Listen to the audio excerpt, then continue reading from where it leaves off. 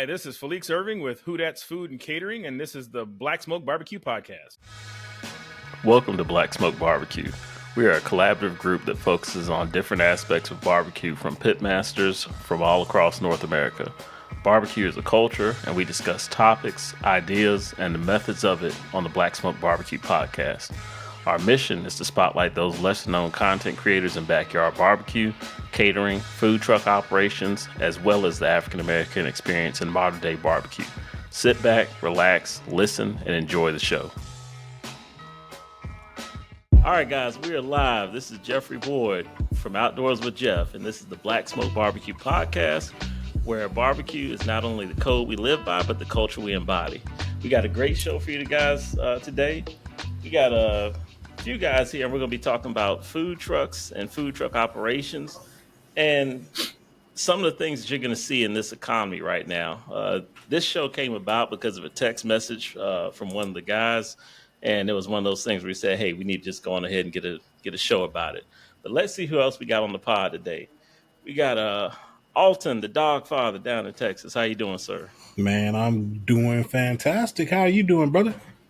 Doing great, man. Doing great. I see you got a few more cookers out there on Barbecue Boulevard. See, here we go. You're gonna get it started like that. Yeah. Right? Go put it all out there in the streets. I'm just saying, man. They need to tune into that channel, man, and see all those cookers you got out there. We got a few. Yeah, you got a few. Okay, we got a few. All right, we got a couple. Got a few.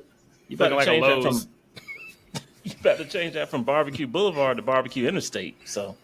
Oh, see, here you go. Hey. Got jokey jokes. Hey, but you know what? I see brother Brandon. I know he's got a couple other pits coming too. Brandon from BKC Cooks down there in Texas. How you doing, sir? Man, I am black, I'm beautiful, and I'm breathing, brother. All is well, all is well. Good deal, man. Good deal. How you been, man? I know you've been around the world here lately. I've been a few places, man. Yeah. You know, I keep my frequent flyer miles on the move. No, I was just in Costa Rica, man, and I found good barbecue down there. Nice. I was shocked and amazed to find Texas barbecue, of all things, in Costa Rica, and it was damn good. I got some videos coming out soon. So y'all make sure y'all jump on the YouTube channel and check those out. Good deal, man. We're looking forward to it, man. I know you wore your red and white striped shirt with your Where's Waldo. We're looking for Brandon to see where you're going to be at next week. Good luck is all I can tell you. Good luck. Oh, goodness. We got the mayor of Jackson, Mississippi, Eddie Wright of Eddie Wright Barbecue. How you doing, sir?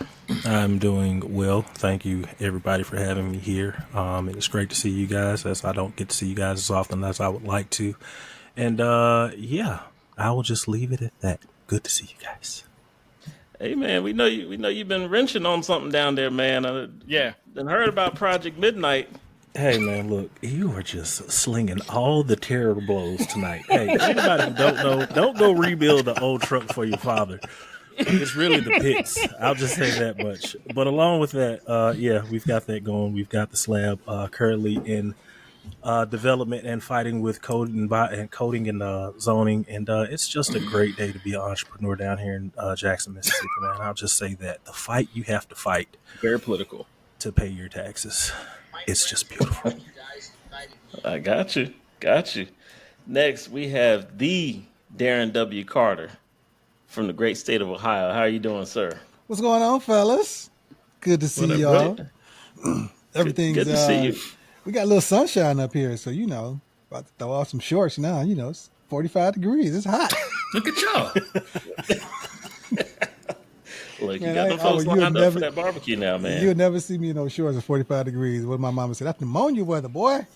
Yeah, but it's getting it's the weather is finally getting a little better, and hopefully, hey, down in Mississippi, y'all are you guys in the eclipse, the ring, or am I the only one here in the eclipse? No idea, but according to TikTok, we're not. But that would be us. Whatever happens over here in Texas, really? We're in direct line. Yeah, we're in a path of totality. We're gonna be totally blacked out, and so we're gonna be gearing up for that, which is gonna be kind of cool. Y'all gonna bring that amazing barbecue to the next dimension when the aliens. Absolutely. fuck y'all up from With the earthquake. I will tell them to. Whatever the fuck I will really happened. feed them and ask them to take me with them. Yes, that's what I would do. We only eat vegetables. Oh, I They can't. better have some money. Exactly. They better have some money. How this meat is out here. Yeah, man. Yeah, for sure. Fucking Gotta right. give me some Rocket Raccoon space books, I tell you that. Man. Don't come all the way down here looking for a hookup. That's right. Exactly. You know, And we can barter. That's all. You give me some There technology, you go. I'll give you some barbecue. It's a fair trade. There you go.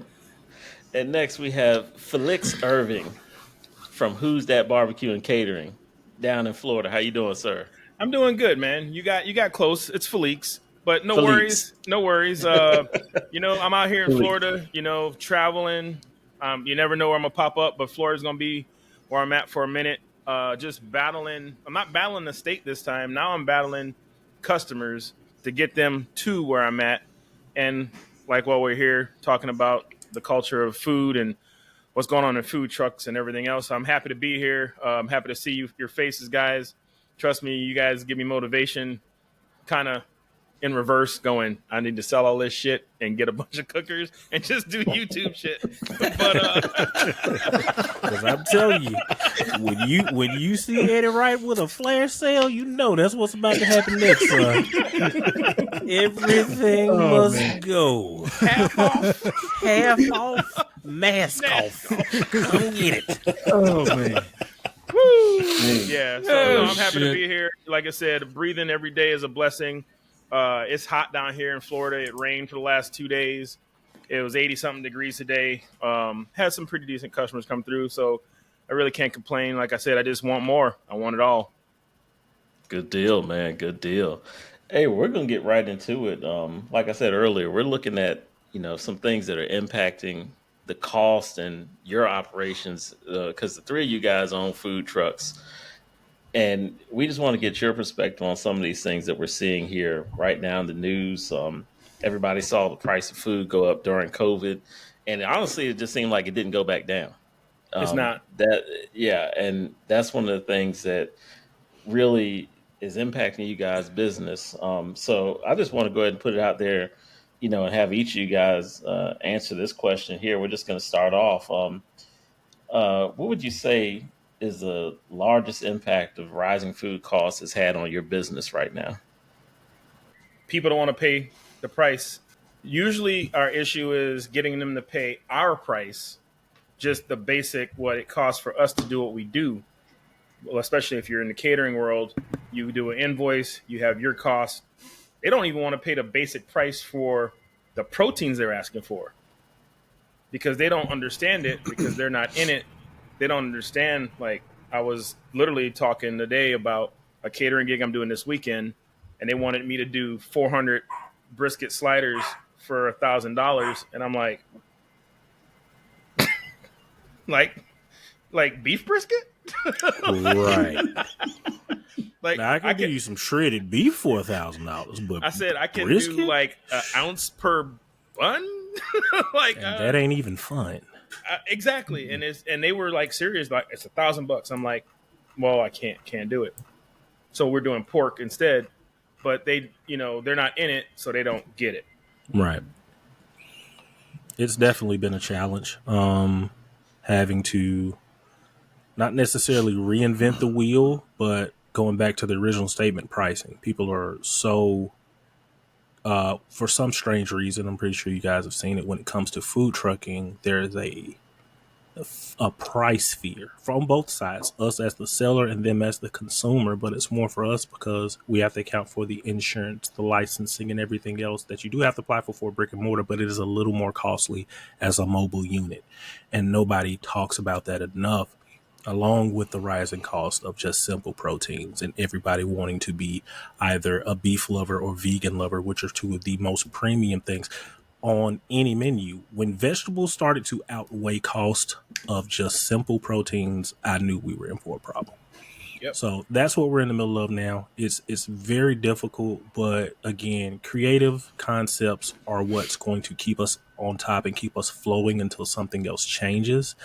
I doubt that we will see any relief anytime soon. So To anybody who may be listening, carrying as little waste as you can is one of the most key things, and not necessarily buying the cheapest cuts of meat, but just, again, getting creative with your menus, your deliveries, and your presentations to let people feel like they're getting more bang for their buck, although it's still around about, for us, the same cost per plate or per dish. Yeah. Right. Not only as when we talk about the cost of meat, let's look at our packaging. I mean, we have to buy silverware, utensils. We have to buy, whether they're boats, whether they're the gold boxes. That also has increased. So where we could have a little bit of, profit from those things not being as much, that's also cut into the profits as well. I mean, shoot, what I could buy, 200 to go boxes, usually maybe for $15 to $20. Now they almost $35. Yep. That stuff always racks up. The containers we put stuff in, all that, it racks up. We're not going to even talk about gas, but gas. When I speak about fuel and I tell people fuel, they think I'm just talking about gas. I'm like, oh, no. I have fuel costs. Gas is just one. That's for the truck. Mm-hmm. Then if I'm not plugged in, like I'm blessed to have the partnership I'm doing with this place, Ride Pro, that they give me power. But if I'm not, gas for my generator. That's $25 just for 6 hours. Then I have fuel, charcoal for my smoker, wood for my smoker. Those are my fuel costs. I call all that fuel, because it feeds the smoker, feeds the truck, feeds the generator. So all that takes in play.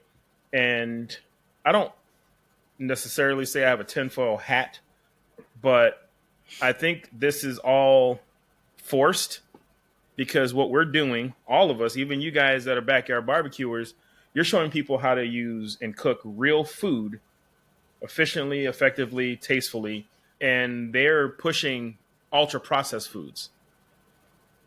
So it's like they're trying to price out the real shit, the real stuff, and they're going to slide in this ultra processed, 3D printed, this is cheaper, plant-based, this and that, and I just, that's the day I quit. I can dig that, man. I didn't even think about, I mean, it costs for me to get only a third cord of a wood, almost $280, almost $300. And depending on how much I do, that week is depending on how long I can use that. It's all that goes into the cost. All that goes into the cost. And then, we try to stay around industry standard here or just a little bit lower, depending. But I've come to a point now where I'm going to have to raise my prices because it's getting a little ridiculous. And I've been trying to forewarn my customers, and the real ones are no. Right. But it's getting to a point where you don't want to do this for free. We're doing this for a living to make money, to do things. Right. It is our passion, but it's something that we're doing to make a living off of. And with the rising cost of all these things, it is getting harder to make a living like that if you don't appropriately price your products.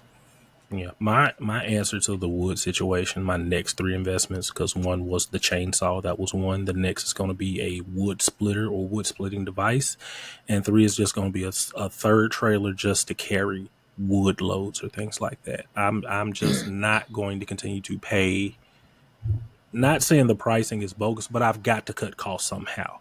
So if somebody's got a pecan tree somewhere in the middle of the road, if I got to go out there and do it on my own, I will. But that's going to save me 6 months from down the line. Once the wood is seasoned and ready to go, I don't have to go to nobody's store to do anything. So this is just dope. Part of, that's just what I'm going to have to do. I think you, Eddie, even Darren, and I say it a lot because I love their charcoal, but B&B does have a way that you can get wood and stuff for a lower cost. All of their products. Yeah. You just got to find. I tried to call my contact. She don't work there anymore. But like the bag of chunk I use, and when I ordered my biggest order when I was in South Dakota, I ordered 65 bags of their briquettes. I ordered a pallet of their oak and a pallet of their pecan. And I don't know, I think the 17-pound bags are $9. I paid $8 something. and those other little bags of chunk, I paid the store cost for them. For me, I have the ability to sell them, but I was just using them. You know, Yeah, but I they have the also ability. yeah. I was doing the same thing. I was selling them on the side as well. But again, it's getting to that point where we're going to have to find an extra small revenue income stream, whether it's selling small splits of wood to other guys in the industry who are just looking to not want to go to the big retailers. We have that option once we're able to just kind of get the certain things in stock. So I'm not against cutting these trees. It's a guy who lives a couple blocks from me. That's what he does. He goes and picks them up. He's like, oh, perfect. Need any oak wood? Need any oak wood? I'm like, I don't, but guess what? I'm about to start burning. Oak. Oak wood. That's what I use. Oak wood. It's primarily what I use. Oak and pecan. And see, that's the difference, unfortunately, for me here. One, I got a very small backyard. I mean, I've already taken over a backyard. I owe my wife a house on the pond somewhere because it is just no longer. I feel you on that, brother. It is no longer a place of zen for her. You know, no, my mom taking over her house. Oh, yeah, gotcha. It is no longer. It's just barbecue all the way around, and I have nowhere to. Because there are some places, even some apple orchards, which I could chop down some trees that they would let me. But the space, I don't have the space to have stuff there to season it. And that's, that for me is a downfall. We will be soon looking, hopefully, to move, in the next few years or so. And that's one of the things that we're going to be looking for. Bigger area, place where, all the barbecue stuff can go. And then a place where I can get wood and have it sit in season, which would be, cheaper out of my pocket. Because like you, Eddie, look, give me a chainsaw. I'll get it. Just I ain't got nowhere to put it, So that unfortunately is a cost that I have to incur now, but in the future, I hope that we can take that down. But like we say, all that goes into it. So you get someplace, being in the food truck industry, and here in Cleveland, our weather is what it is. Certain areas you make food that should make you at least maybe 15 to 2,000 just on a regular day. You come home with 250. And it's like, bro, today I was there from 11 to 5, and I had my steadfast customers that come out, and I'm doing my Facebook stuff, trying to tell people where I'm at, showing stuff, making crazy videos, like the one I recently had where the guy's knocking, like, what are you doing in there? And you're like, drugs. I'm doing drugs, eating a taco. And people love my food. And I literally had a customer come to me today, and he ordered my, I have brisket au jus tacos I make, which I need to do a video on that, because when I get my brisket, I always had this massive amounts of juice, and I pour it off and I keep it to keep my brisket fresh and warmer. And one day I wanted to do those birria tacos, but I looked up a recipe. I don't have nothing to make that, but I kind of went, au jus.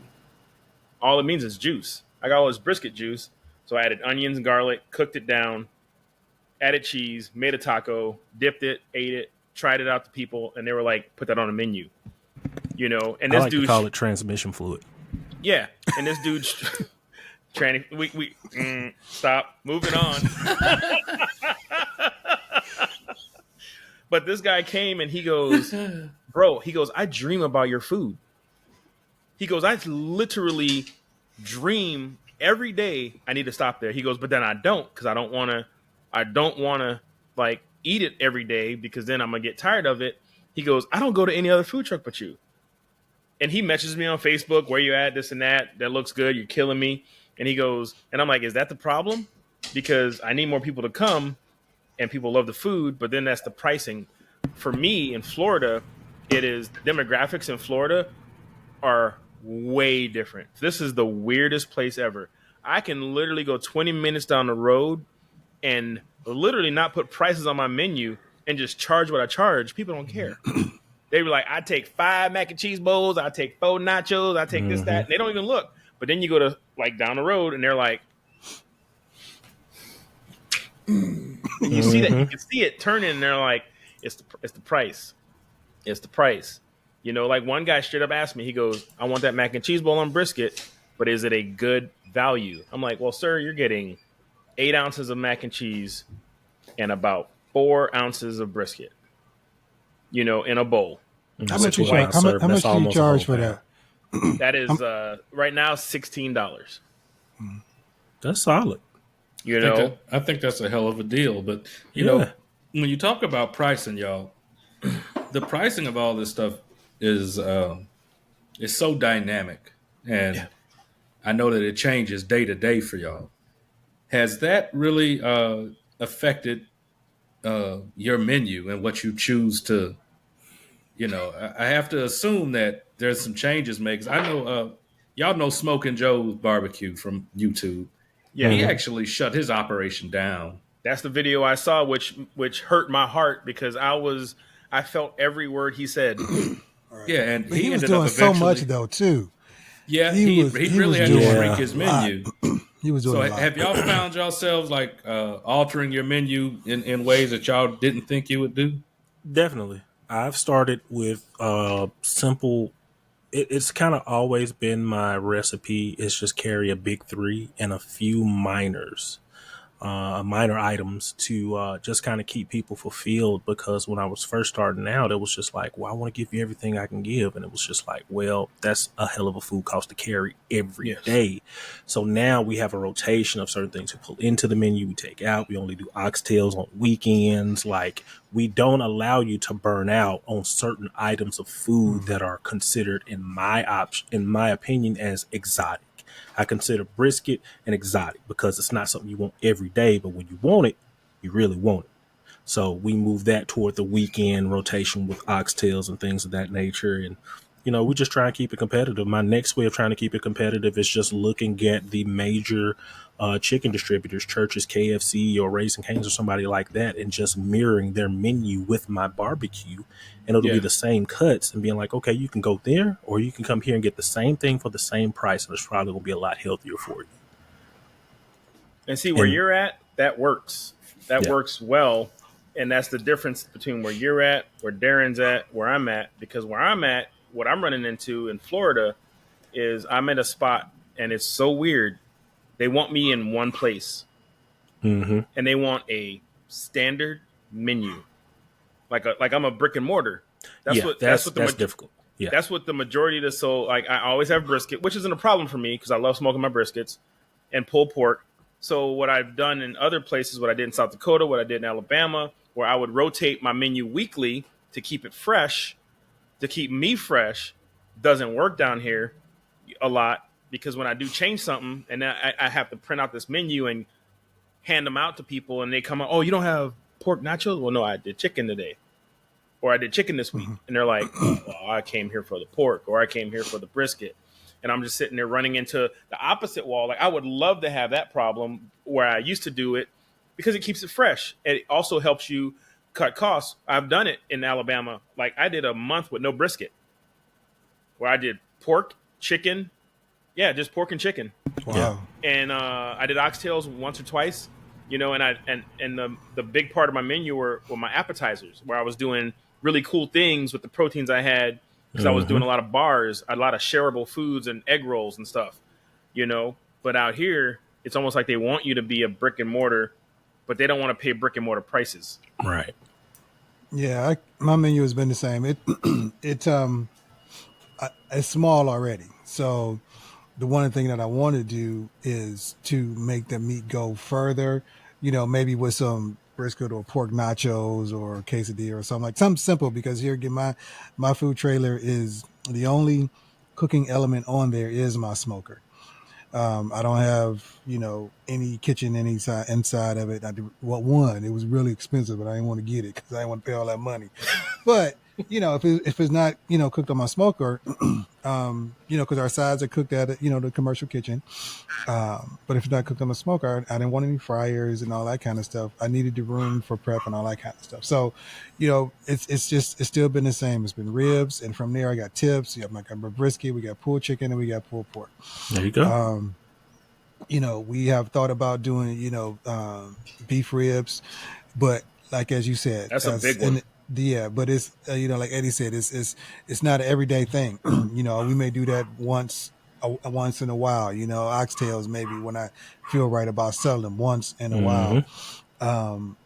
but just expanding the menu a little bit with those little lower item things, God, I wish I could do chopping out the brisket and nachos or pulled pork nachos or something like that. Tacos. That I'm getting a little bit more, more value, and where I don't have to put too much more equipment into, about tacos my is trailer. probably going to be the next best thing. I've started to kind of build a little rotation with it after we get the Tacos food. are good. Yeah, after we get the Food and Wine I hear Fest, that. and people were like, "Oh my God, where can I get this?" I was like, "You can get it from here now," because hey, I'm with what makes sense, Yeah. process wise and financially. I'm a purist at heart, but I'm not a dummy. Yeah. I'm here to keep this business going and to make money the easiest way possible. And sometimes all people want is a cool ass taco or quesadilla. I got no qualm with that. Oh yeah. I am okay. My business is here to serve you and give you what you want with a barbecue twist.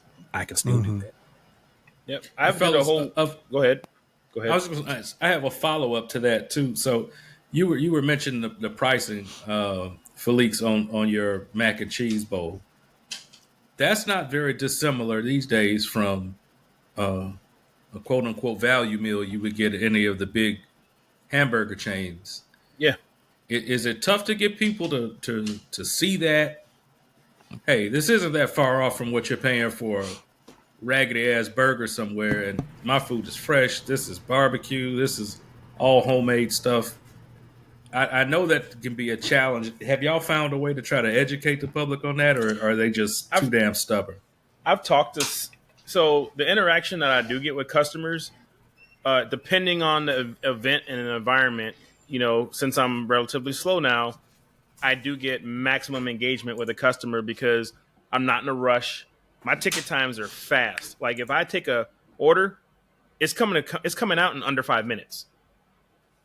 So I do have that time to sit there and talk to a customer about ordering something. Like I said earlier, that gentleman rolled up on his motorcycle and he was looking, and I'm like, anything on the menu interests you? Anything I can inform you of? Talk to you about the menu. I do free samples. I have my little 2-ounce ramekins. I put a taste of everything I have. If you want beef, pork, mac and cheese, the potato salad, or whatever, the cowboy beans, I'll give a little bit so you can get a taste, and that whets the taste buds to order. But he literally asked me, is that a good value? I'm like, it is. I said, because you're getting fresh smoked brisket. You're getting homemade made mac and cheese, none of the additives, none of the bull, straight up. And he was like, well, if it's good, I'll see, I'll come back. And I said, see you later, because I already know the product is good. I don't need to sell it. I'm not a used car salesman. I'm not selling garbage. You eat it, it sells itself. You'll come back, and I hope you do come back. But that's one of the biggest things. Like, and I know if I eat any of you guys' food, I already know it's going to be good. I already know I'm going to come back. But that's the thing. People, you don't understand what other people are dealing with financially when they stop at a food truck, because there are people that I found especially down here in Florida, since I've met more food truckers down here, that they go to Sam's and everything they pull out is from the freezer section. The chicken, the fish, the shrimp, and all they do is they have fryers. They fry it up. And they put it in stuff. And so, you can get a meal for $10 because it's just crap. I'm not willing to go there to make money. So that's a good question for us. How do we, and then a lot of food truck people in general, because I see the same thing with folks, here in Cleveland, because it's inexpensive. It's inexpensive to get a bigger case of frozen wings, 40-pound case of frozen wings than it is to get some fresh wings or this or that. But when you're trying to make that your niche, that is, basically fresh, not frozen. This is, whatever it is, the higher quality, how do you guys, to help me, push that to your people, the difference in quality for the food that you're giving than what, Barbecue Joe Schmo down the street is giving. I just had you talking just gave me an idea, because I don't do it on my menu or I don't do it in any of my advertising, but we can advertise it. Like the companies have been advertising their stuff being fresh, not frozen, putting it on your menu that this is fresh, fresh, whatever it is. Like this isn't frozen, it's not fried, Right. or things that are homemade. Because I have ChatGPT 4 on my phone. So a lot of my, like if you see my post on Facebook and it looks like I'm a wordsmith, nah, yo. I love it. I love it. Give Dude, me more. I will literally put in there like brisket. I made it with red sauce, and it's like elegantly the brisket is crowned with the red pepper sauce and the white caramelized. I'm like, holy shit, I'm hungry. I Like, love it. who made that? I'm gonna eat it. Like, oh, that's me. Like, but I think if we start adding it to our advertising. And I don't know why I never thought about it until you said it, the way you said it. We need to start adding that to our advertising. We need to start pushing the fact that our food is not, for one, it's not corporate. It's not commercial, which it's makes not a commercial difference, cardboard, pre-boxed crap. You're getting quality food made from the heart. Because like I said, in this panel right here, there's no one on here doing barbecue because we're doing it because y'all making money. True. Because there's a lot of other things out there that we can make way more money doing than barbecue. This is a passion for us. And just to be clear, I'm not scratch making potato salad. I'm just not every day. I love y'all to death. 85% of what we make is scratch made. But potato salad, you are getting restaurant quality. The same as every other restaurant you go to. I love y'all to death. Please stop asking me, is it homemade? Y'all know it's not. Y'all know how long it takes to make potato salad? But see, that's why I don't make those. That's why we don't make those type of things. You hit the nail on the head. I get, I will admit, and I've told people, my potato salad comes from Sam's. And it's good. My difference is I put my seasoning into the potato salad when I get it. Oh yeah, I do that too. I add my mustard rub goes in there. My mustard rub on potato salad, dude. Woo! But we used to buy a store-bought slaw until my wife always had a recipe, so she makes it now. We found out it was cheaper at that point because I grew up loving the slaw here in Cleveland. It's called Harold's Coleslaw. Oh my God, it's the best that you could buy. But once she had found her, recipe and got to it, we went back there. Of course, we found out it was cheaper too because we could make more for less cost. And here again, that because those here again, that was again one of those prices that went up, via COVID and never came back down. Now, if they didn't sell shredded cabbage and stuff for coleslaw, I wouldn't be making it. Mm-hmm. But Restaurant Depot, baby. Restaurant Depot, Sam's, like straight up. That 5 pound bag go a long way. Like you were joking about the potato salad when I was in Alabama with my buddy Webb, and I'm putting your business on there if you watch this. His mom had brought potato salad to the family reunion, and everyone loved it. It was Debbie's potato salad, blah, blah, blah. And my buddy goes, everyone, this should come from Walmart. All she did was put smoked paprika over top and eggs. But there's a lot I know that, in restaurant business and food truck business that, one of the things I wish we could do is I would love fresh green beans, but come on, that's the time consuming in that. But we know the process that we take to take that canned item and give it a little more magic. And I think people to make it home. Right. And I don't think people really understand that. It's just like, oh, well, it's just beans out of can. No, it's not.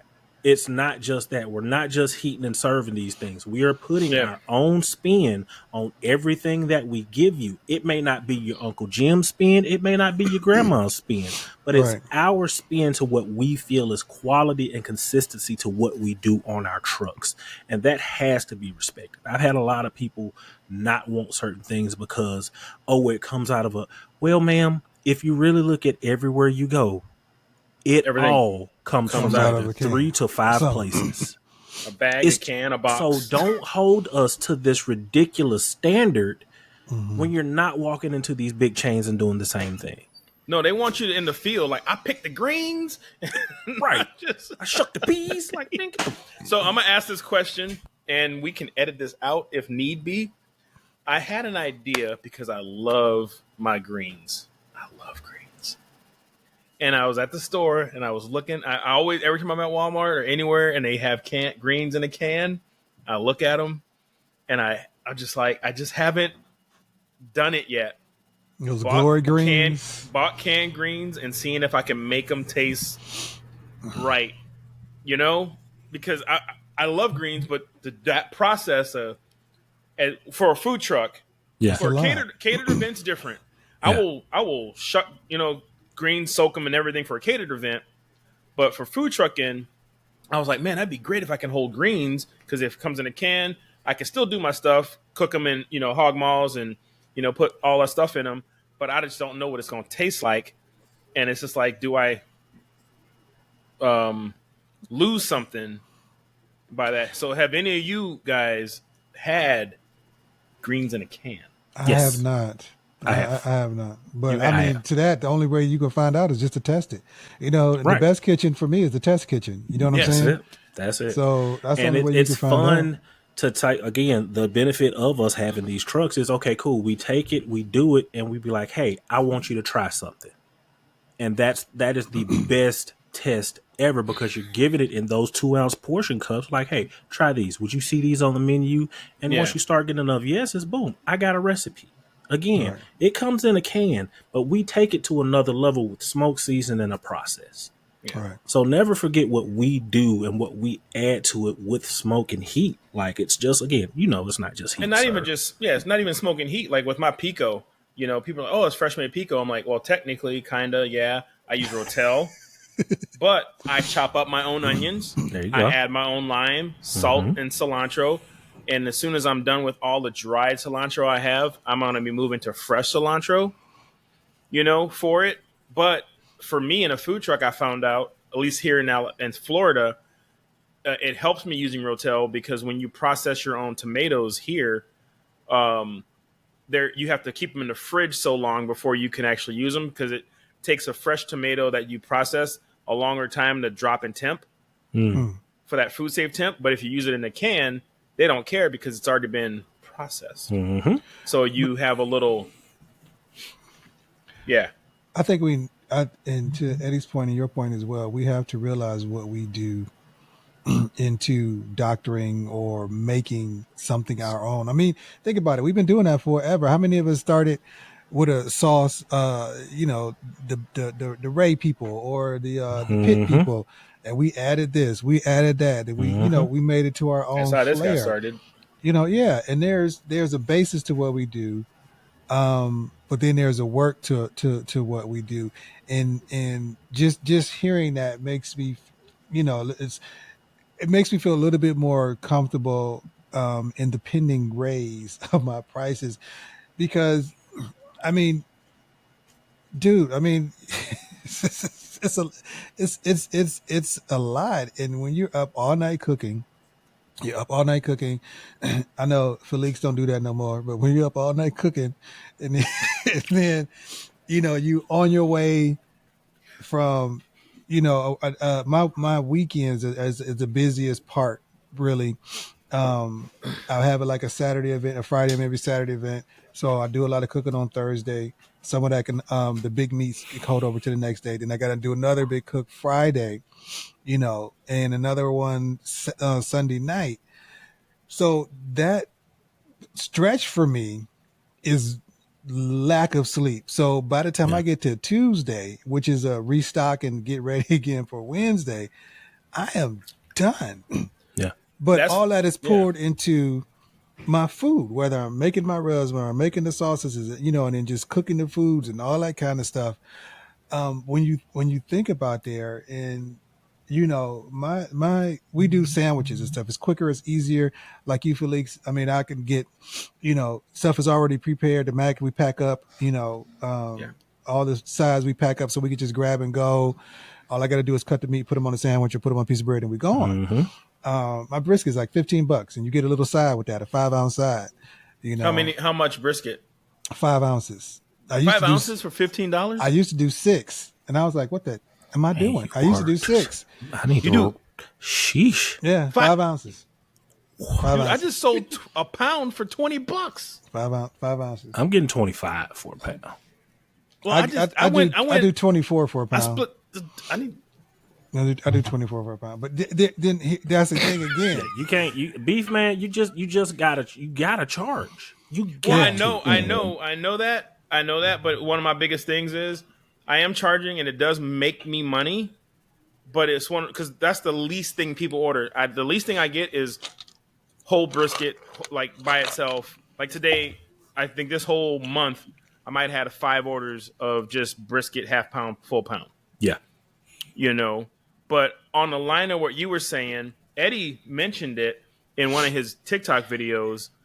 Like you said, like your lack of sleep for what you do. I'm a one-man solo dolo on the actual physical end of what I do. Mm-hmm. So me getting the cook my smoker I have, that was an investment in not only my sleep but also my time.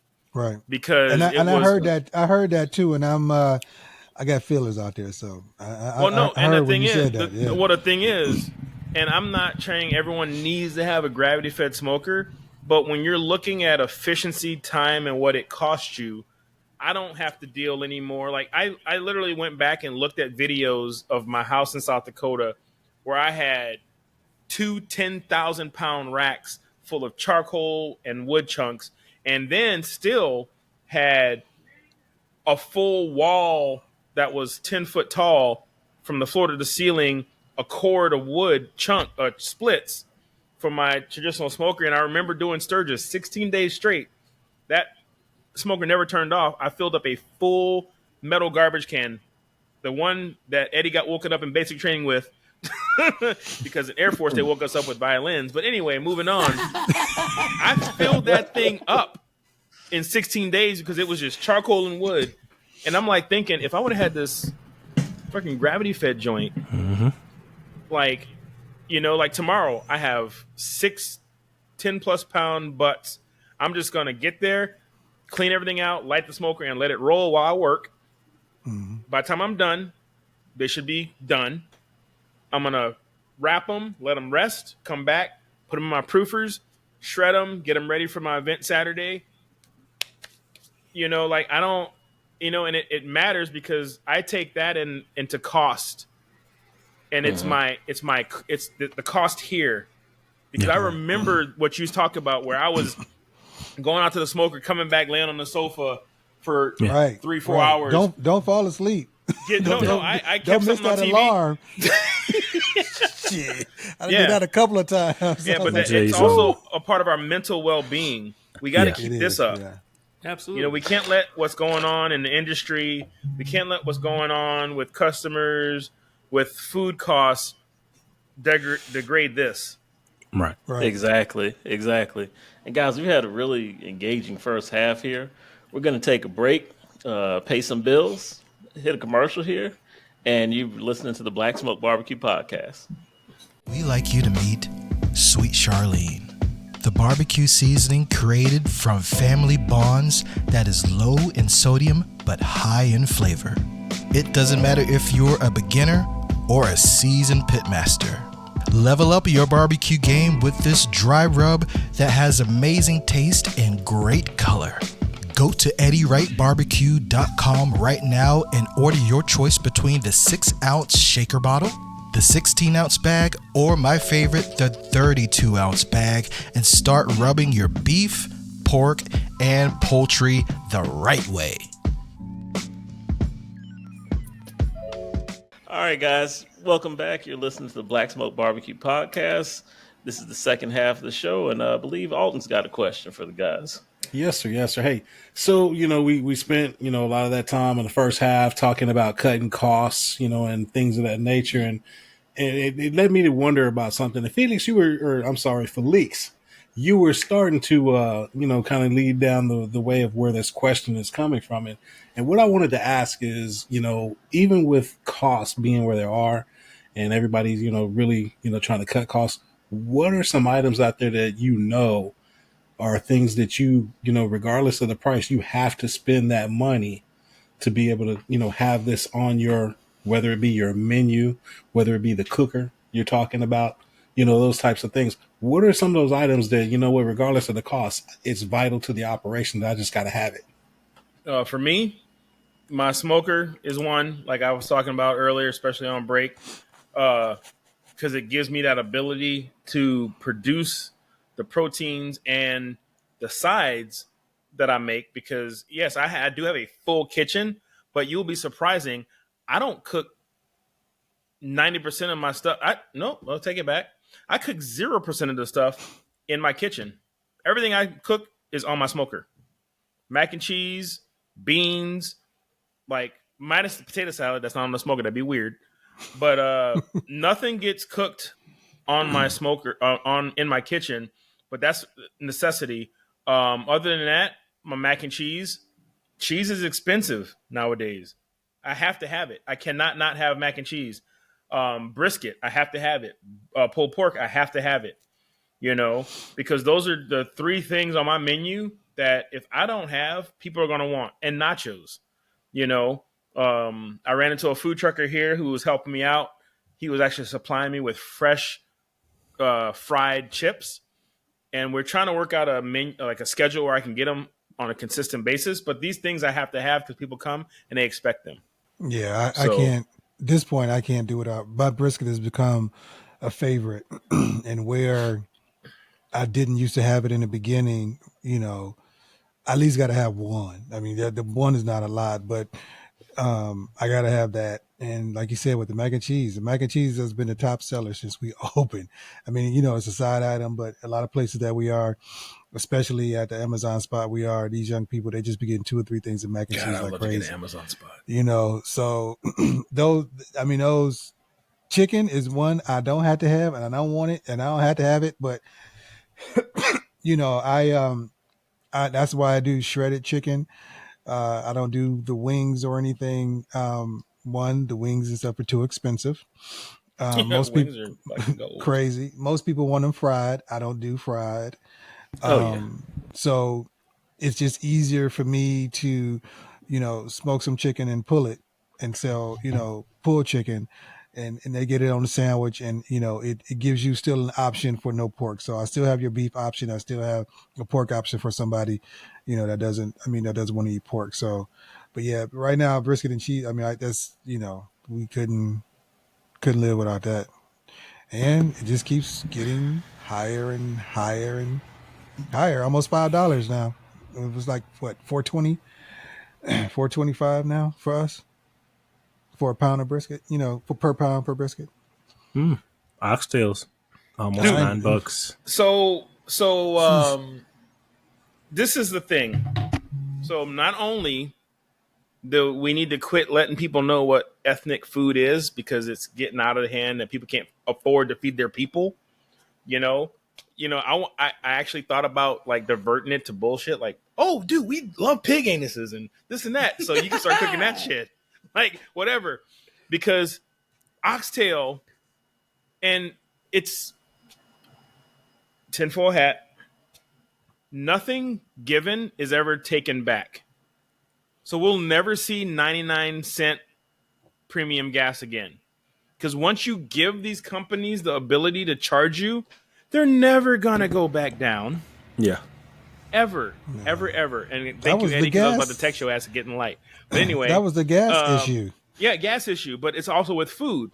Oh. So now that brisket is, Angus is $3.90 something a pound. Prime is $4 something a pound. Oxtails are redunculous.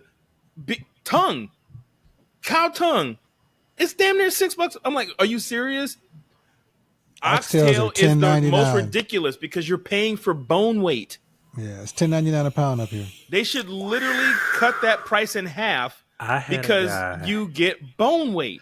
I had a gentleman call me from Oklahoma trying to get me to ship him boxes because ours were that much cheaper. I was like, hey, man, I'm willing to do it if you're going to pay the freight. But, like, I didn't think it was that big of a deal. Dude, I'm to the point where I'm gonna go out in the field and start cutting cows' tails off. I honestly don't see how, I don't see how now bro in Utah do it. I mean, because that's his main thing. That's a whole other. What happens with Les is he pays whatever, and he charges whatever. He charges a lot, and they're buying it. Yeah, they're buying it. But Candy Red. I've said on this, Texas in every way. That's my man. I ain't mad at Les, bro. Yeah, not mad at him. I say get him while the getting is good. Right. But, the thing, I've said it on this podcast before, ethnic food has been gentrified. They talk 100%. about gentrifying the hood, but I remember as a kid, my old man would bring home cases of rib tips, chicken wings, dude, oxtail, beef cheeks, all of that stuff, bushels of collard greens, and they were damn near paying my old man to take that stuff away. Yes.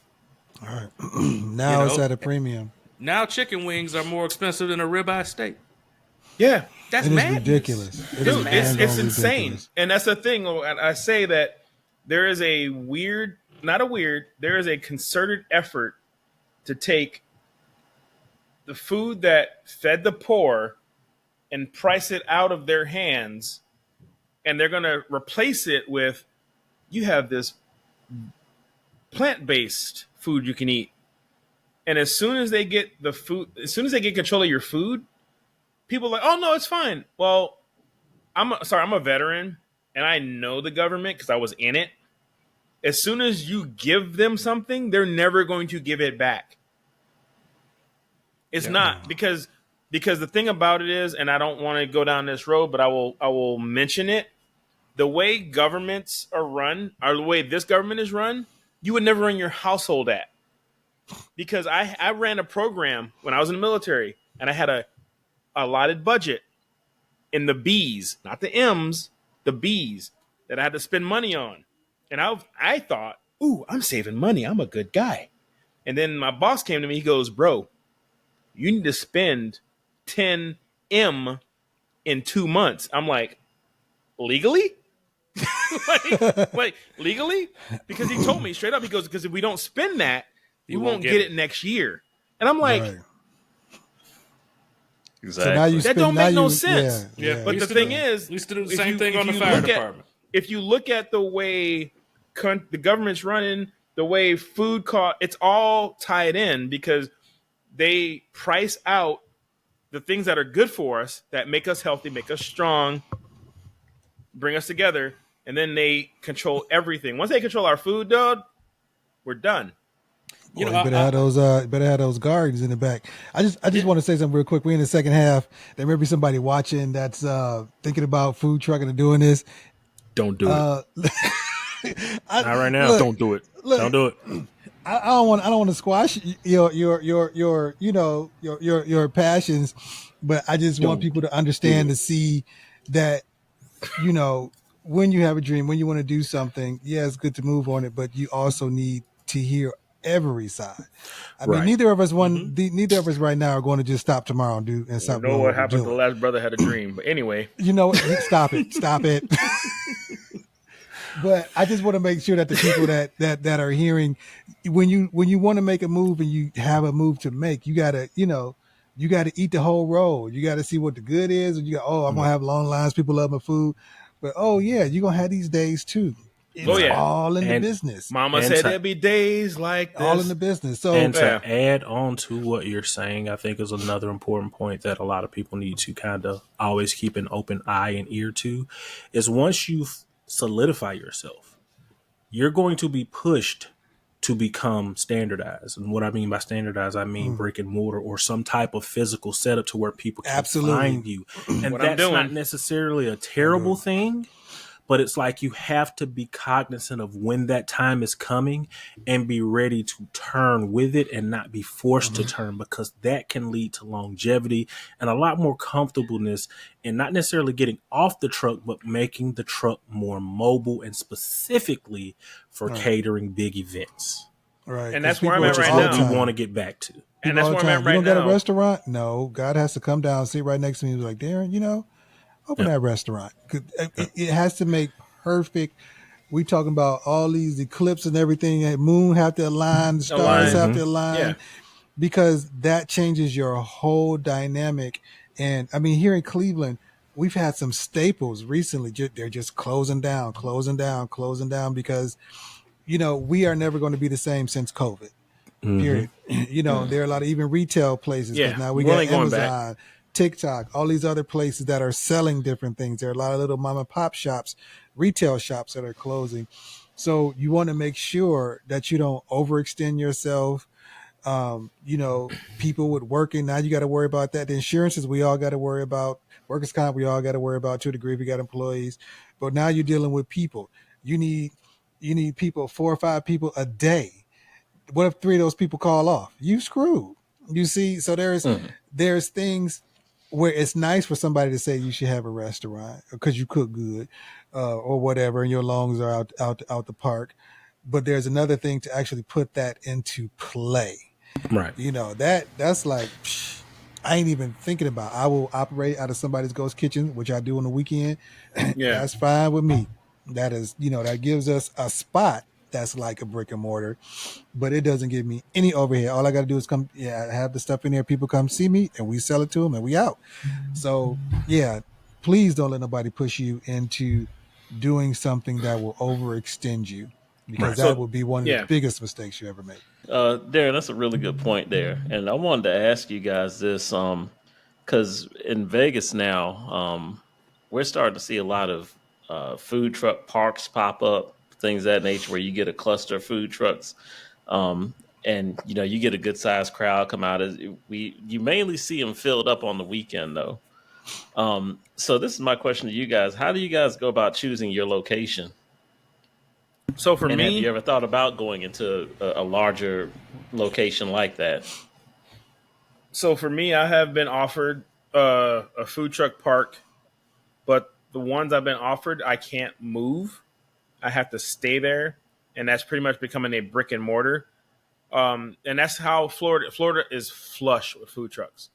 Every gas station, every Advanced Auto Parts let you park for free. A lot of places let you park for free. Really? Where I'm at right now, I'm blessed. It's a hard spot to build, but I'm parking for free with power. Every other place you're running on your generator. So I look at the cost to park there, if it does have a cost, and effective customerage I will get from it. Like if it's by a busy street, because sometimes the street's too busy. Because if it's like for where I'm at, Highway 19, way too busy because people are on that road going home back and forth. They're not looking to stop at a food truck, because unless on 19 there's car places, tire places, they're looking for that. But normally they're just going back and forth from work to home. So it's one of those things, like you look at how much does it cost me to be here, and is it effective for me to stay here? And that's where I'm going through right now with the place I'm at, because I'm not getting charged to be there, but it's a really nice spot. The owner of the property is putting money into it, and I'm trying to do my best to be there and help it grow. But I still have to balance that with doing other events. Like Saturday, I'm going to be at a catering event. Some Wednesdays I'm at another spot where I know I'm going to make at least $300 to $400. Because I can't survive just sitting here and hoping and waiting people come. We have that's where I make a substantive amount until the catering continues to pick up, is the food truck parks. There's one I'm at every Wednesday. We have 2 that are owned by the same company, a Beechwood and a Lakewood Park. Truck Park, Lakewood is jumping all the time. That's where all the food trucks want to go. But they drink a lot. They don't necessarily eat a lot, but they have so many more people. You still make more money there than you do at this one at Beechwood. But, we've been there for a couple of years, and since we worked through the winter, we kind of get a first dibs at the schedule. So every Wednesday, I'm in this one at Beechwood. Amazon, I'm there once a week. So, which is good. So that gives me two 2 certain days I have out of the week. And then the others is just going around to other food trucks. We have 2 more cities that have food truck parks. Most of them, there's a lot of breweries that we are a part of and work with. The food truck parks for us, the most that we have to do is just 10% of what we do. That's not bad. We can't sell drinks, obviously, because excuse me, we can't sell any drinks, not even pop, because they need to get that stuff at the bar. And we just give 10% to them, which is fine. And they don't charge us that's during amazing. the winter. And then, with that, and then thankfully Cleveland is starting to become food truck friendly. Last year they had events downtown for lunch. They call it like Free Stamp Friday, Walnut Wednesday, which is a huge event. But you said Walnut Wednesdays? Walnut Wednesdays. Walnut Street is a street, and it's a park. Yeah, it's a park where they all have live bands come in. It's a thing. It's a vibe on Wednesday nights. It's a nice, whether jazz, rock, whatever. It's just a vibe to go to, and it's very well attended. So all the food trucks always want to go to Walnut Wednesday because you can make a killing, down there. But they have this year extended, so they're going to be doing something for lunch every. Even though Walnut Wednesdays on the weekend, on the evening, all these other things throughout the week would be lunch. So there's also opportunity there. So with that and just going to different, private things, catering and so forth, it kind of keeps the schedule full. But like I said, the food truck parks up here, they're a good base. If you if you're one of the rotating trucks there, it's good to have a base if you can get there once or twice a week, especially in the summertime. Yeah. You make a killing. So it works for us. We don't have a lot of them, but the ones that have been most profitable though are the 2 that are well established in Beechwood and Lakewood. Those 2 cities, and the other ones are up and coming, but they've been great for us. If it wasn't for them when we first started, I would have quit already. But they've been great for us. Those food trucks, parks. I will say those are great ideas, but when you're in a situation similar to mine where there are no food truck parks and you want to try to be the first one in the industry in the area, terrible idea. But the caveat to that, you buy your own property and you try to set up a variant of everything you guys said, which is what I'm going through right now.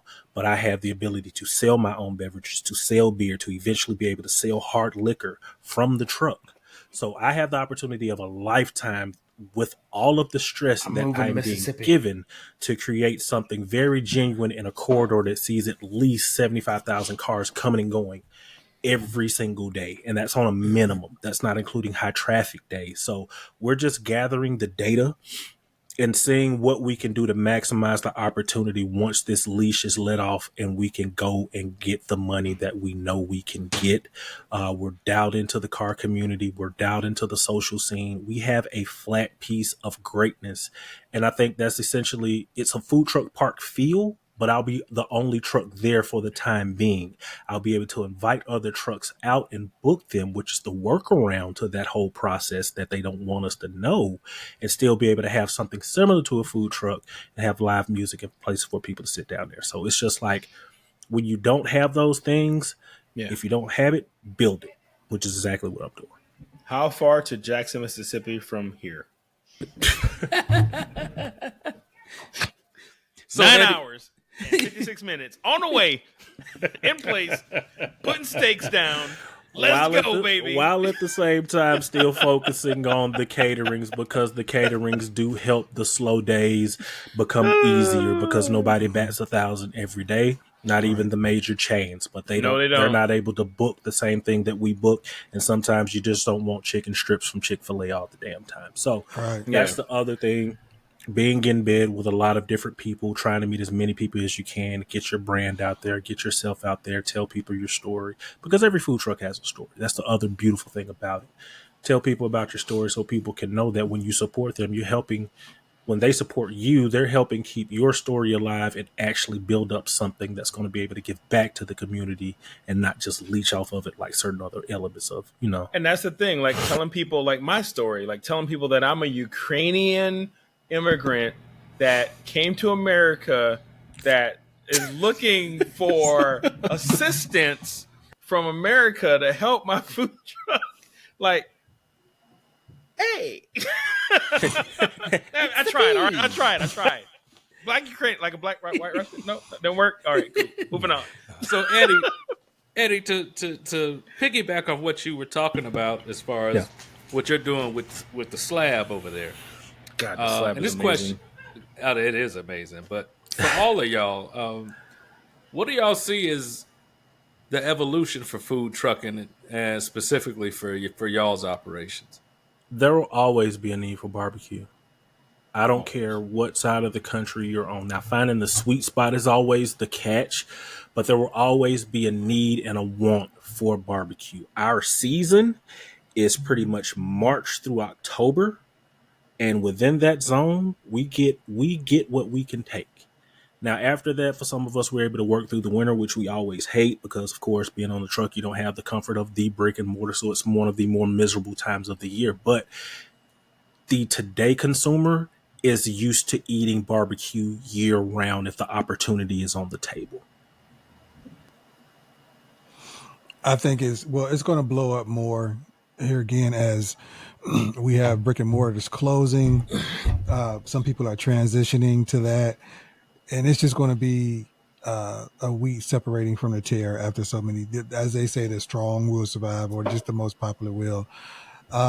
It's going to get a little crowded. I think it's going to get a little crowded, especially up here. I mean, 2-3 years ago, let's go 5 years here in Cleveland, finding 20 food trucks to get together at some point was ridiculous. Now everybody's fighting for the few things. But those who have quality will stay, and obviously the customer service will stay. But the others who are just trying to make a quick buck because they can do some things, unfortunately, will go by the wayside. And the way our community is going, we could be here for quite some time. We could be doing this for quite some time. And now, Darren, I don't want to disagree with you, but I'm going to. But then don't. You said you didn't want to disagree with me. But I'm going to. I don't want to because what you said makes sense and should be the rule, but it's not, because we're not dealing with people like us. We're dealing with customers. So the best food trucks won't make it through the torrent. It won't. The more resilient food trucks might make it through the torrent. Right. But the people that are going to make it through the torrent are going to be the cheapest food trucks, because I see what you're saying. Customers, and that's why I'm seeing here in Florida, because I already have it where I literally can throw a rock and hit 5 food trucks from where I live. The guy who is my taco pimp literally lives up the street from his spot. Is up the street. Did you say a taco pimp? Well, I call him my taco pimp because I can't get away from him because I got to drive by him. I just request permission to use that in social gatherings. You are hilarious. I call him that because of my apron. I'm in a weight loss journey, and I was happy when I was able to put my apron on and take the straps and, like chefs do, wrap them back around and tie them inside. I was there, and I met this cat. And after 2 weeks, I went to do that, and I'm like, yeah, you want taco? What the fuck is going on? This shit ain't connected. Fell off the wagon. I'm like, God darn it, because he's a food truck. So we trade food back and forth, and I have to pass him by coming home, and I stop and we talk about business, and he's like, here's some tacos, here's a burrito, here's a Mexican hot dog. I'm like, dog, quit taco pimping me. But anyway, I think that it sucks to the fact that good food trucks are gonna lose because we have to keep a standard. And the people that don't keep that standard, the people that are in it for the money, are gonna win because that's all they're in it for. So they will fluctuate and change as the market goes and make it through. Because the people like us that are, first of all, quality, if it goes on my window, it better be good. My one mark of standard, I don't care who's on my food truck. If you're on my food truck working with me and you come up with something and I try it and it's amazing and we give it to a customer, it's amazing, it sells. I don't care if it's mine. I just care that when it passes this window, it is freaking good. All right. You know, I'm not that guy that it has to be mine. It just has to be good. But there's people that don't care about good quality fresh, not frozen. They will Right. morph their menus. They will morph what they do to fit the To get a market. buck. To get a buck. So when you have those people that are willing to just get a buck, you're going to have those people that get a buck and they'll make it. And it sucks, but that's the human condition. Those people will. The cream doesn't always rise to the top. You always have a couple pieces of stuff that's not supposed to be there, you know. And it sucks to say that because I'm living it. Where I'm looking at this, I'm looking at statistics. I'm working on stuff when I'm slow and going, dude, how am I going to do next week? Like, what am I going to do next week? Like, do I need to? I went to a point where every event I changed my menu prices because I'm in a rich spot, poor spot, rich spot, poor spot. Right. And people are taking pictures of my menu going, don't do that. Because if you take a picture of my menu at the poor spot and I go to the rich spot, you know, and I'm not doing it because I'm gouging prices. I'm doing it because I'm doing it for the comfortability of my customers. Right. I And know here's- what they can afford. Here's an olive branch on that. Continue to do that, but change the portion. No, that's what I do. I do change And the portion. That's totally Yeah. okay. That Yeah, is I do- totally I- fine. I do Because change the portion. What I've come to find out is that some people are just, well, we're just not comfortable with doing such and such amount of plate. Okay, cool. Well, we can do this amount per plate, but it'll be this portion. Good advice. And if you're fine with that, I'm fine with that. But I can't give you BMW food for Oldsmobile prices. That's just not how this is going to work. Absolutely. Yep. And it's just That's not what people. gonna work And that's like what people that. want. Right. You know, you can't. I don't care if dude down the street gave you a whole. You know, I got a full potato with brisket in it. No, you got all potato, dude. You got like 2 pieces of brisket, and it was covered with cheese, so you didn't even know. You got brisket sauce. I don't no. That's not what you're getting here. You see what you're getting here. It's right in front of your Right. face. I'm not hiding anything. So yeah, that is great advice, because there are certain places where I will take a sandwich down a couple of dollars or so because of where we are, you know? Mm-hmm. Yeah. Well, man, I got to tell you what, though, guys, this was a fantastic discussion. Yeah. I mean, you guys have you've really educated us, man, and gave us a good insight as to what you guys face day in and day out. And I tell you what, I ain't got much up here, but I think I would have pulled it all out. You know, Dude, Look at I Felix. had so close when I started, but no, on the real. Yeah. On the real, I use the same tenet I did when I was in the military with my airmen. When people tell me, oh man, I love your food truck, I want to do this, the first thing I tell them is no. Do something When else. someone tells me they want to join the military, I tell them don't do it. And they're like, why? I'm like, don't do it.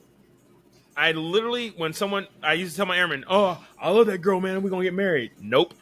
If I can waiver your resolve with me just telling you no, Then you don't didn't want to it. do it in the first place, right? So when people right. tell me, "Oh, I want a food truck," I'll show them everything I got. I'll show them everything I do. And they're like, "Oh, dude, I want to do this. I want to do." And I'm like, "Nope, you don't want to do it. You don't want it. This is horrible. This is the worst thing you could try. The worst thing you could do." And then they're like, "Well, why are you deterring me?" I'm like, "Because if a person that has nothing to do with your life, can stop you from doing what you want to do, you don't want it. It's just an idea. It's a thought. You don't have what it takes to make it work. Because if me just saying no can make you go, you don't have the fortitude that it's going to take to survive what you're going to go through when you buy a food truck or start a food truck. But when people pass that point, I tell them, keep your overhead low. Yeah. Don't take out like whatever you can do to not owe anyone anything. Yeah. Keep overhead It's the low. best. Do It's it the best. Yeah. cheap. If you can do it cheap and good, cheap and good, cheap and good. Well, man, Cheap I hear and that. good. And I'm I'm not- talking from experience because I came in here with the Air Force attitude. We got the money. Let's roll. And you get it. And for a point, I was rolling. But then when you move to another market and you're like, what's going on? You're like, plasma. What's that for? This is brisket money. I haven't done that. That's a joke. It's a joke. It's a joke. I haven't done that. On that On note, that I note, think And it's time to ladies and wrap it gentlemen, up. if you would follow us on all I our think it's time to socials, wrap it Yes. up. You know me. Social time. I'm the one. Come on, Social you got me on here. time. You know me. Hey, I'm the guy. I'm the you guy. got that Geoff, right. You Geoff, got that pull us right. in, Geoff. The Darren W. Carter. Where can everybody find you, my man?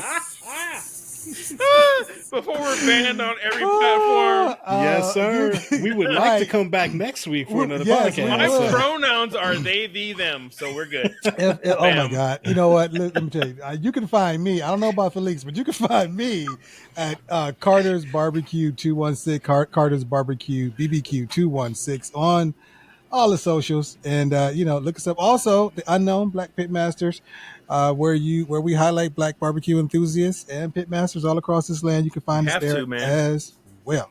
Yes, That's why we sir. did Yes, this. sir. Mr. Eddie Wright, or shall I say, chef to the Iron Chefs. Where Hey, can man, everybody cut that out. find you, Mr. Eddie Wright? What? You can find me on all socials at Eddie Wright Barbecue, especially on YouTube. Follow my TikTok. We are shadow banned, but we don't care. Facebook, we are now monetized. Follow us on Facebook as well at Eddie Wright Barbecue Food Truck. We'd love to have you guys come along, and also be in tune with the Barbecue Minute that is continually coming up. We're on episode 2 and going on. We're going to do once a week. Give you a quick On hot YouTube? barbecue tip, trick, or new product that's coming out. Keeping you up to date on the new, improved, and hot and sexy in barbecue land. Yes, sir. And, I kind of slipped that in there. And maybe, Felix, you hadn't heard about that. But, hey, people out there, if you hadn't heard about that, yes, our own Eddie Wright was fortunate enough and blessed enough that he did serve a Iron Chef, Cat Core, one of my favorite Iron Chefs. Yes, we did. And that was fantastic. Congratulations to you and the Thank you business very there, much, Eddie. sir. It was a Congrats. great Pretty experience. awesome. I was nervous as hell the entire time. Yeah, dude. Shaking in my boots. I think I texted you. I was like, what do I do? Do what you do. Do what you do. Terrified, You sir. always do. And that was exactly what we all said was, hey, they came to you for a reason for what you do, so don't change, man. Just do what you do, and you did what you did, man. It was fantastic. Every time I get nervous about something like that, I have to pause and it's probably from watching all the movies from the 80s. I do the whole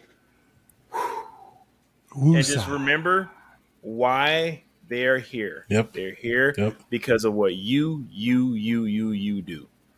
That's why they're here. Let's get it done. Don't look at my mantra is don't look at the line, just make it happen. There you go. And on I that like note, Felix, where can everybody find you, man? Everybody, I keep it simple. Who That's with a Z, Food and Catering on Facebook, Instagram, TikTok, making sure I don't pull anything out that's not there. You can find me YouTube. We still have our podcast, Barbecue and Bourbon. We have 10 episodes. The first one's about brisket. That is going to be coming back soon here in a minute, hopefully, the Barbecue and Bourbon podcast. So you can find me on all of social media. I don't do a Twitter. I don't have that. But we're out here in Florida trying to do the thing, food trucking. We're also virgining the sauce to come back. I'm working with some companies trying to make that happen. So Who That's Food and Catering is a thing, but BBQ is not dead. It's on life support right now. So we got somebody out there doing compressions, but we're trying to get her back up and running. We're still selling sauce. You can hit me up. If you need something special local, I can hit it up and ship it to you. But yeah, all the social media platforms, Who That's with a Z, Food and Catering. All righty. And the traveling man with that luxurious mane. We talking about BKC Cooks. Where can they find you, bro? You can find me and my luxurious mane everywhere except for the Bird app, whatever that thing is called these days. I don't do that. But everywhere else, you can find me at BKC Cooks. Look that up and you will see my beautiful face. You can see his face. You can see his face. All right. And Brother, you know what? trust me, I believe it's beautiful enough for all of us, brother. It is. There's no way to deter that, brother. I didn't turn the camera where I have a picture of a poster on the wall with you. It's all good. Hey. I tell you what, I'm gonna go next and I'm gonna say, hey, I'm the Dog Father's Barbecue, DAWGFATHAS BBQ. Find me on all the social except for X. I'm not there because we're gonna save the best for last. Our fearless leader, Geoff from Outdoors with Geoff. Geoff, where can everybody find you, brother? We'll give him a golf clap. You can find me at Outdoors with Geoff. That's Geoff on Facebook, YouTube, TikTok, and Instagram. And guys, great show. Some really great content. Some good insights. Some people need to hear this. Folks that are thinking about getting into this, and folks just really got to understand the business side of what you guys do. Yes, sir. And you guys hit on the key thing. You talked about a whole lot of stuff, but one of the things that really hit home to me is people don't understand how much when they're paying for your product, how much you actually put in, be it the cost of everything, the time, all those things. So we appreciate what you guys do and what y'all do for the barbecue community. But this is the Black Smoke BBQ Podcast, and we are out. Peace. Love you guys. Peace. Later.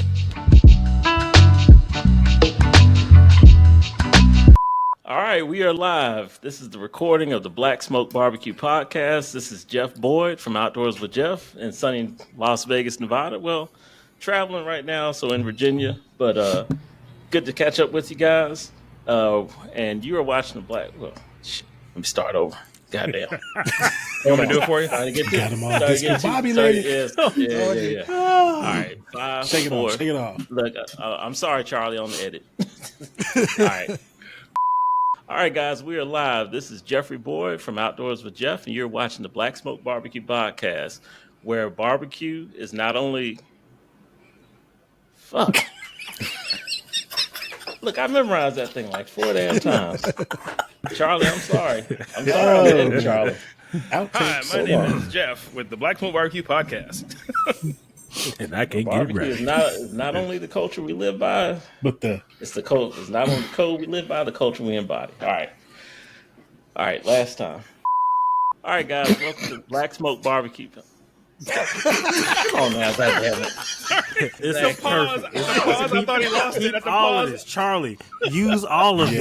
this. I'm So sorry. you want to have your own podcast? This is what it's like. This is the shit you gotta deal with. There you go.